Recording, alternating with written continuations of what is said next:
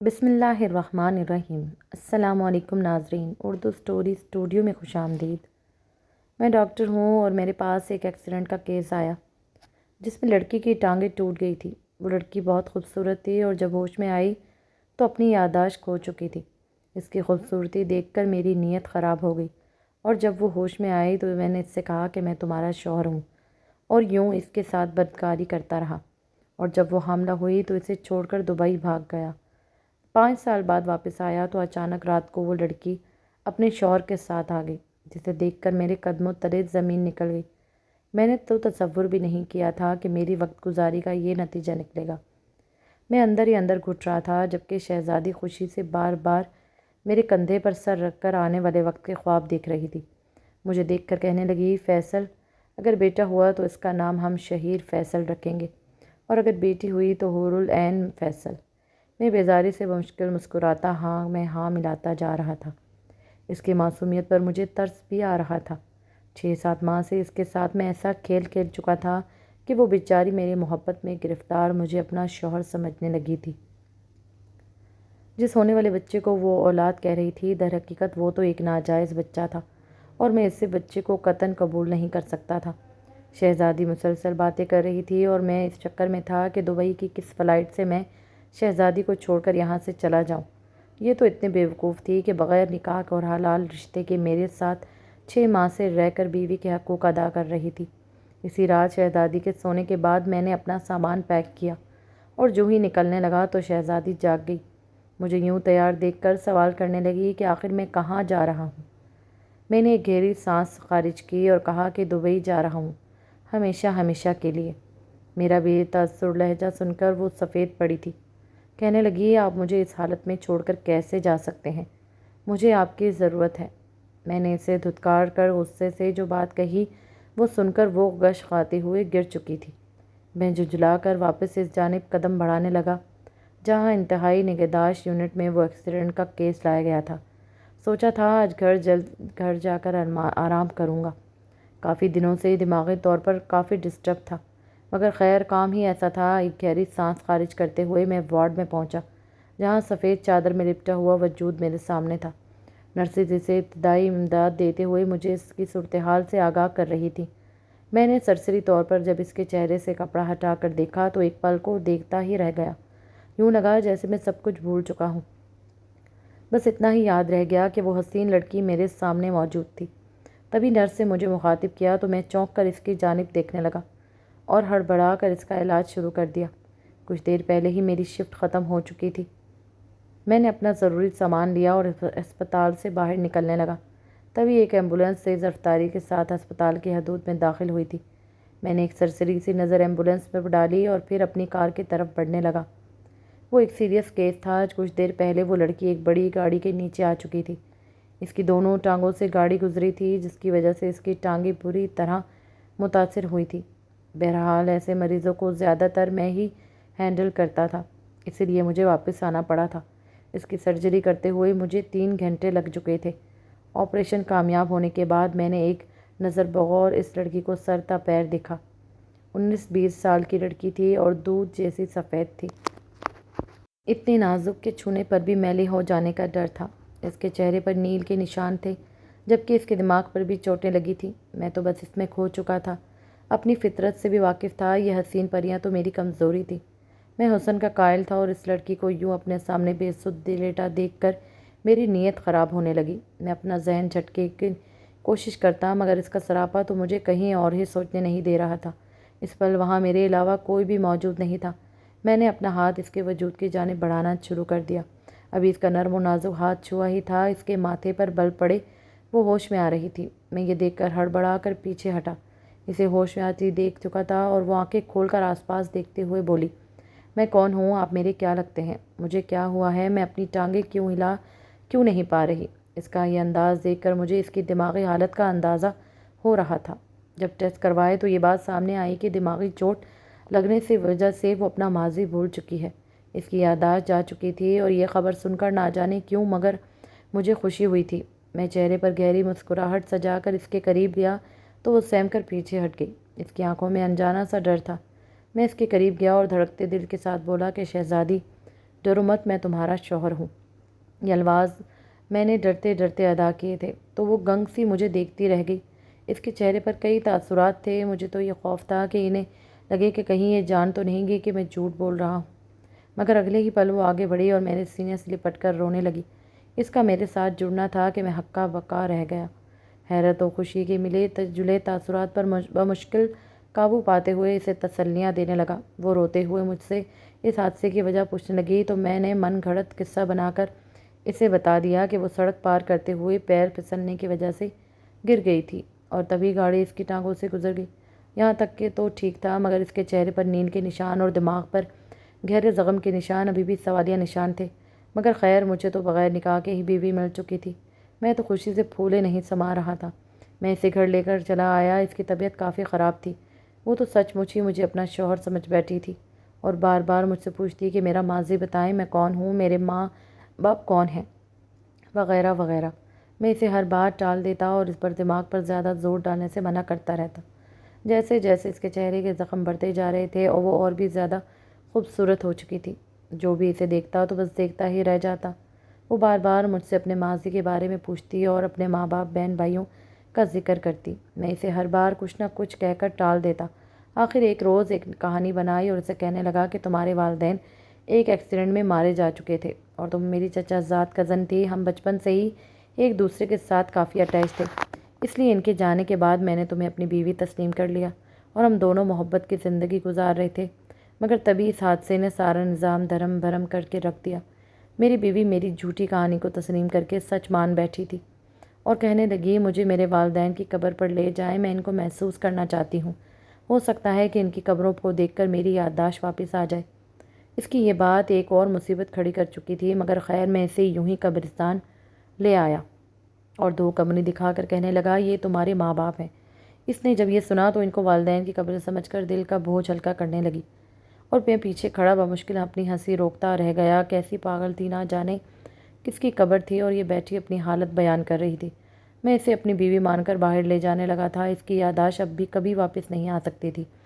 اتنا تو میں جان ہی چکا تھا، ڈاکٹر نے بھی کہا تھا کہ یہ دوائی جاری رکھیں، اس سے اس کی یادداشت واپس آ جائے گی، مگر میں نے اسے وہ دوائیاں نہ دی کیونکہ مجھے وہ ایسے ہی اچھی لگ رہی تھی۔ اگر اس کی یادداشت واپس آ جاتی تو سچ کھل کر سامنے آ جاتا، جو کہ میں نہ ہونے دینا چاہتا تھا۔ فیصل، آپ میرے شوہر ہیں، مگر اس کے باوجود آپ کا لمس مجھے بے چین کر دیتا ہے۔ میرے دل کی دھڑکن اس قدر تیز ہو جاتی ہے، میں ہانپنے لگتی ہوں۔ مجھے ایسا لگتا ہے جیسے آپ میرے شوہر نہیں، کوئی غیر ہے۔ ایک روز جب شہزادی نے ایسا کہا تو میں سٹ پٹا کر رہ گیا۔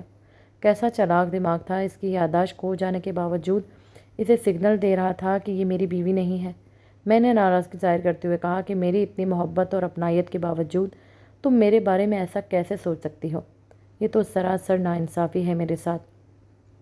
اتنا سن کر وہ تڑپ اٹھی تھی اور وہ فوراً مجھے اپنے حصار میں لے کر کہنے لگی میرا مقصد آپ کو ناراض کرنا نہیں تھا، بلکہ مجھے کچھ یاد نہیں، اس لیے مجھے آپ کا قریب آنا الجھا دیتا ہے۔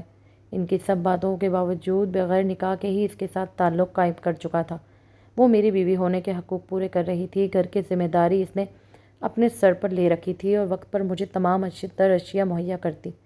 اس کا حسن مجھے اس کے سحر میں گرفتار کیے ہوا تھا۔ شروع میں تو اس پر اپنی جان نچھاور کرتا رہا، روزانہ اس کے لیے پھول لاتا، کوئی گفٹ ضرور لیتا۔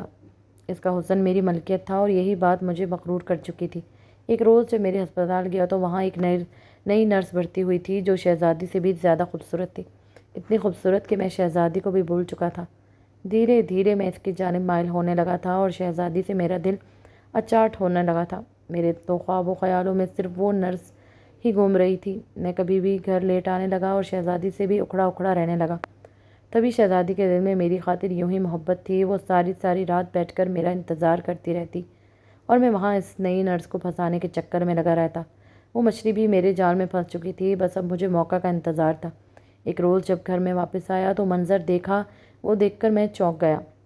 شہزادی کچن میں گری ہوئی تھی، نہ جانے وہ کب بے ہوش تھی۔ اسے اس حالت میں دیکھ کر میری جان نکلی تھی۔ فوراً اسے اٹھا کر ہسپتال لے چلا آیا۔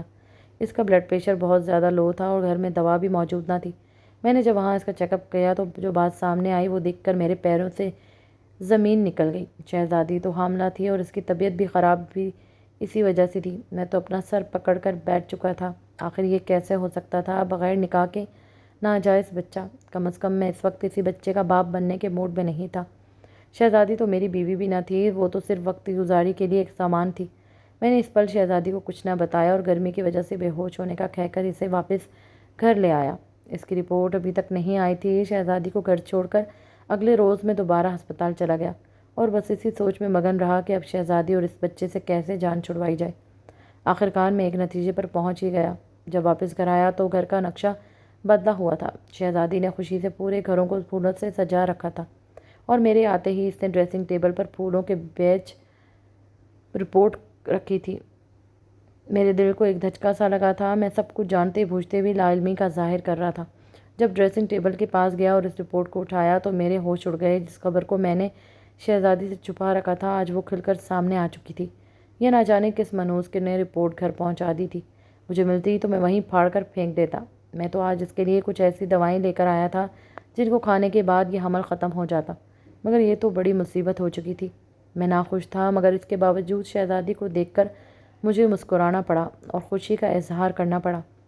وہ مجھ سے لپٹ کر خوش تھی کہ وہ ماں بننے والی ہے، جبکہ میں نہ چاہتے ہوئے بھی مسکرا رہا تھا کہ اس نے مجھے اتنی خوشی دی ہے کہ میں سوچ بھی نہیں سکتا اور میں اس کا شکر گزار ہوں۔ جبکہ اندر ہی اندر میں جلد از جلد اس سے جان چھڑانے کی ترکیب سوچ رہا تھا۔ میں نے اسی رات بہانے سے شہزادی کو وہ دوا دینے کا سوچا، مگر جو ہی اسے دودھ کے ساتھ دوا دینے لگا تو وہ کہنے لگی کہ میں دوا نہیں لے سکتی۔ میں نے انٹرنیٹ پر سرچ کر لیا ہے جس کے مطابق اس حالت میں کوئی بھی دوا نہیں کھاتے ورنہ بچے پر اثر ہوتا ہے۔ اس کی تیز دماغی کو دیکھ کر میرا دل چاہا کہ ابھی اس کا گلا دبا دوں۔ بہرحال یہ تو میں سوچ چکا تھا کہ اب میں شہزادی کے ساتھ نہیں رہ سکتا، کیونکہ وہ میرے پاس اپنی مدت پوری کر چکی تھی۔ مجھے تو اب اپنا اگلا شکار وہ نرس مل چکی تھی۔ یہ شہزادی میری زندگی میں پہلی لڑکی نہیں تھی، اس سے پہلے بھی کئی لڑکیاں میری زندگی میں آ چکی تھی۔ کچھ تو میری پروقار شخصیت دیکھ کر خود ہی کھینچی چلی آتی تھی، جنہیں میں ٹیشو پیپر کی طرح استعمال کر کے پھینک دیا تھا۔ اسی رات میں نے فیصلہ کیا کہ میں شہزادی کو چھوڑ کر دبئی چلا جاؤں گا، کچھ عرصہ وہاں رہوں گا اور پھر واپس آ جاؤں گا۔ یہ اس گھر میں کب تک رہے گی، پھر جہاں مرضی بھٹکتی رہے، مجھے کیا۔ اس رات شہزادی مجھ سے لپٹ کر اپنے دل کی باتیں کر رہی تھی، جبکہ میں اس کو ملک چھوڑ کر جانے کا پلان کر رہا تھا۔ جیسے ہی شہزادی سوئی تو میں نے اپنا تمام تر بیگ پیک کیا ہوا سامان اٹھایا اور لے کر گھر سے جانے لگا۔ ابھی کمرے سے قدم باہر نکالا تھا کہ شہزادی اٹھ بیٹھی اور بغور میری جانب دیکھ کر کہنے لگی کہ فیصل، آپ کہاں جا رہے ہیں؟ وہ بھی اس وقت مجھے اکیلا چھوڑ کر۔ میں نے ایک نظر اس پر ڈالی اور پھر بغیر جواب دیے ہی آگے بڑھنے لگا۔ وہ رومانسی ہو کر میرے پیچھے دوڑی اور کہنے لگی، آپ مجھے اکیلا چھوڑ کر کہاں جا سکتے ہیں؟ میں یہاں پر تنہا کیسے رہوں گی؟ مگر میں نے حقارت سے اس کی جانب دیکھا اور بولا کہ تم میری ضرورت کا فقط سامان تھی، اب چاہے جیو یا مرو مجھے کوئی پرواہ نہیں۔ شہزادی تو ساکت کھڑی مجھے دیکھے جا رہی تھی۔ اتنا کہہ کر میں گھر سے نکل چکا تھا اور میرے پیچھے شہزادی غش کھا کر گر چکی تھی۔ میں اسی رات دبئی کی فلائٹ لے کر دبئی پہنچ چکا تھا۔ دبئی جا کر میں کافی خوش تھا۔ ہر طرح کا تناؤ اور دباؤ میرے ذہن سے نکل چکا تھا۔ چند ہی روز میں شہزادی کو مکمل طور پر بھول چکا تھا اور اپنی نئی زندگی شروع کر چکا تھا۔ نہ جانے شہزادی پیچھے زندہ بھی تھی یا مر چکی تھی، مجھے اس کے بارے میں کچھ بھی علم نہ تھا۔ کچھ عرصہ یوں ہی گزر گیا اور میں وہاں پر کتنی ہی لڑکیوں کے ساتھ گھومتا پھرتا رہا۔ آخرکار 5 سال گزرے تو مجھے واپس پاکستان آنے کی سوجی۔ وہاں پر بھی میں نے ایک پرائیویٹ ہاسپٹل میں جاب شروع کر دی تھی اور اب چھٹیاں لے کر یوں ہی پاکستان کا ایک چکر لگانا چاہتا تھا۔ میں نے جب پاکستان میں قدم رکھا تو ایک بار پھر وہ معصوم سی شہزادی یاد آنے لگی، جب میں نے شہزادی کو یہاں پر اکیلے چھوڑا تھا۔ خیر میرے چہرے پر ایک تمسخرانہ مسکراہٹ تھی۔ وہ کون سا اب زندگی ہوگی؟ اگر ہو بھی تو میرے گھر نہ ہوگی، سوچ کر میں مسکرایا اور گھر کی طرف آنے لگا۔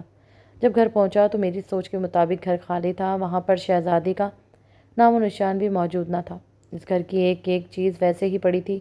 ابھی گھر میں آئے ہوئے مجھے کچھ دیر ہی ہوئی تھی کہ دروازے پر دستک ہوئی۔ میں نہا کر باتھ روم سے نکلا اور یوں ہی ٹاول میں لپٹا بال پوچھتا ہوا دروازہ کھولنے کے لیے جانے لگا۔ جب گیٹ کھولا تو سامنے کھڑی لڑکی کو دیکھ کر میرے ہوش اڑ چکے تھے۔ یہ تو شہزادی تھی، مگر وہ معصومیت اور بھولا والا چہرہ نہ تھا، بلکہ ایک مضبوط اور مستحکم لڑکی میرے سامنے کھڑی تھی۔ اور وہ اس وقت اکیلی نہیں تھی، اس کے ساتھ ایک مرد اور چند پولیس آفیسر بھی تھے۔ میں شہزادی کو دیکھ کر ہکا بھکا رہ چکا تھا اور ان پولیس آفیسرز کو دیکھ کر تو ویسے بھی میری جان نکل رہی تھی۔ میں نے شہزادی کو دیکھا اور چہرے پر حیرت سجائے بولا کہ شہزادی تم یہاں۔ اتنا کہنا تھا کہ شہزادی نے میرے منہ پر تھپڑ مار دیا اور ایک زناٹے دار تھپڑ مارنے کے بعد بولی کہ گھٹیا ذلیل انسان، تمہاری ہمت کیسے ہوئی میرے ساتھ ایسا گھناؤنا کھیل کھیلنے کی؟ تم تو انسان کہلانے کی بھی لائق نہیں ہو۔ انسان تو وہ ہوتا ہے جس میں انسانیت ہو، جسے دوسرے شخص کی عزت کرنا آتا ہو، مگر تم تو جانوروں سے بھی بدتر نکلے۔ تمہیں ایک لڑکی ملی جس کی یادداشت کھو چکی تھی اور تم نے اس سے بیوی کہہ کر ناجائز تعلقات قائم کیے۔ کیا تم خود کو مسلمان کہتے ہو؟ تم تو جانور کہلانے کے بھی لائق نہیں۔ میں سر جھکائے کھڑا تھا کیونکہ شاید شہزادی کی یادداشت واپس آ چکی تھی اور وہ پولیس آفیسر میرا گریبان پکڑ چکے تھے۔ میں شہزادی کو دیکھ کر اس سے معافی مانگنے چاہتا تھا اور کہنے لگا مجھے معاف کر دو۔ در حقیقت میں تم سے سچ میں محبت کرنے لگا ہوں، اس لیے دبئی سے واپس آ گیا تھا تم سے شادی کروں اور اس رشتے کو حلال کر سکوں۔ اس پل مجھے یہی بہانہ سب سے اچھا لگا تھا، مگر اس پل ساتھ کھڑا مرد میرے چہرے پر زناٹے دار تھپڑ مار کر بولا کہ یہ عورت میری بیوی ہے جو تمہارے پاس بطور امانت آئی تھی اور تم نے اس کے ساتھ۔ وہ اتنا ہی کہہ کر گھن کھاتے ہوئے انداز میں مجھے گھورنے لگا۔ میں تو اس لڑکی کے ماضی کے بارے میں کچھ بھی نہ جانتا تھا، وہ کون تھی، کہاں سے آئی تھی۔ میرے لیے تو بس اپنا مطلب پورا کرنا ضروری تھا۔ وہ تو شادی شدہ تھی اور وہ پولیس آفیسر دونوں اس لڑکی کے چچا تھے۔ وہ ایک مضبوط گھرانے سے تعلق رکھتی تھی اور اس کی رہائش اسلام آباد کی تھی، مگر یہ یہاں لاہور تک کیسے پہنچی تھی؟ شہزادی کا اصل نام مہرین تھا۔ وہ ایک یونیورسٹی کی اسٹوڈنٹ تھی اور اپنی چچا زاد کے ساتھ محبت کی شادی بھی کر چکی تھی۔ شادی کے بعد بھی اس نے پڑھائی جاری رکھی تھی، پھر چند دوستوں کے ہمراہ لاہور ٹرپ پر یہاں آئی ہوئی تھی تو راستے میں گاڑی خراب ہو گئی۔ اسی کے ساتھ ان 5 لڑکیوں پر ڈرائیورز کی نیت بھی بدلی۔ وہ انہیں اپنے اڈے پر لے گیا اور وہ ان لڑکیوں سے زبردستی کرنے کی کوشش میں لگے تھے۔ اس کی باقی سہیلیاں اس زیادتی کا شکار ہو چکی تھیں، مگر مہرین کسی طرح وہاں سے بھاگنے لگی تو ایک شخص نے اس کے سر پر وزنی پتھر مار دیا۔ وہ منہ کے بل زمین پر گری تھی۔ اس کی چیخیں بلند ہوئی تھیں مگر وہاں سبھی درندے تھے۔ مہرین تو بے ہوش ہو چکی تھی۔ اس کے بعد اس کے ساتھ کیا ہوا وہ کچھ بھی نہیں جانتی تھی۔ جب ہوش آیا تو روتے ہوئے کسی طرح مہرین بجا کر بھاگ نکلی، مگر دور تک وہ لوگ اس کا پیچھا کرتے رہے۔ تبھی اس بیچ سڑک پر بھاگتے ہوئے وہ گری اور ایک گاڑی اس کی ٹانگوں کو کچلتی ہوئی اوپر سے گزر گئی۔ وہ ساری رات یوں ہی سڑک کنارے پڑی رہی۔ جب کسی نیک بندے نے اسے دیکھ کر ایمبولنس کو کال کی تھی۔ اس کی یادداشت اسی روز واپس آ چکی تھی جب میں پاکستان چھوڑ کر دبئی آیا تھا۔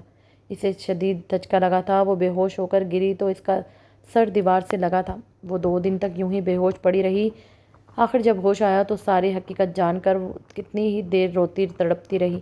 اس کے والد موجود نہ تھے، جبکہ شوہر اور چچا پولیس افسران اسے ڈھونڈنے میں سر توڑ کوشش کر چکے تھے۔ آخر ایک روز کسی نے انہیں بتا دیا کہ شہزادی نام کی لڑکی فلاں گھر میں دیکھی گئی ہے اور یوں وہ شہزادی تک پہنچے تھے۔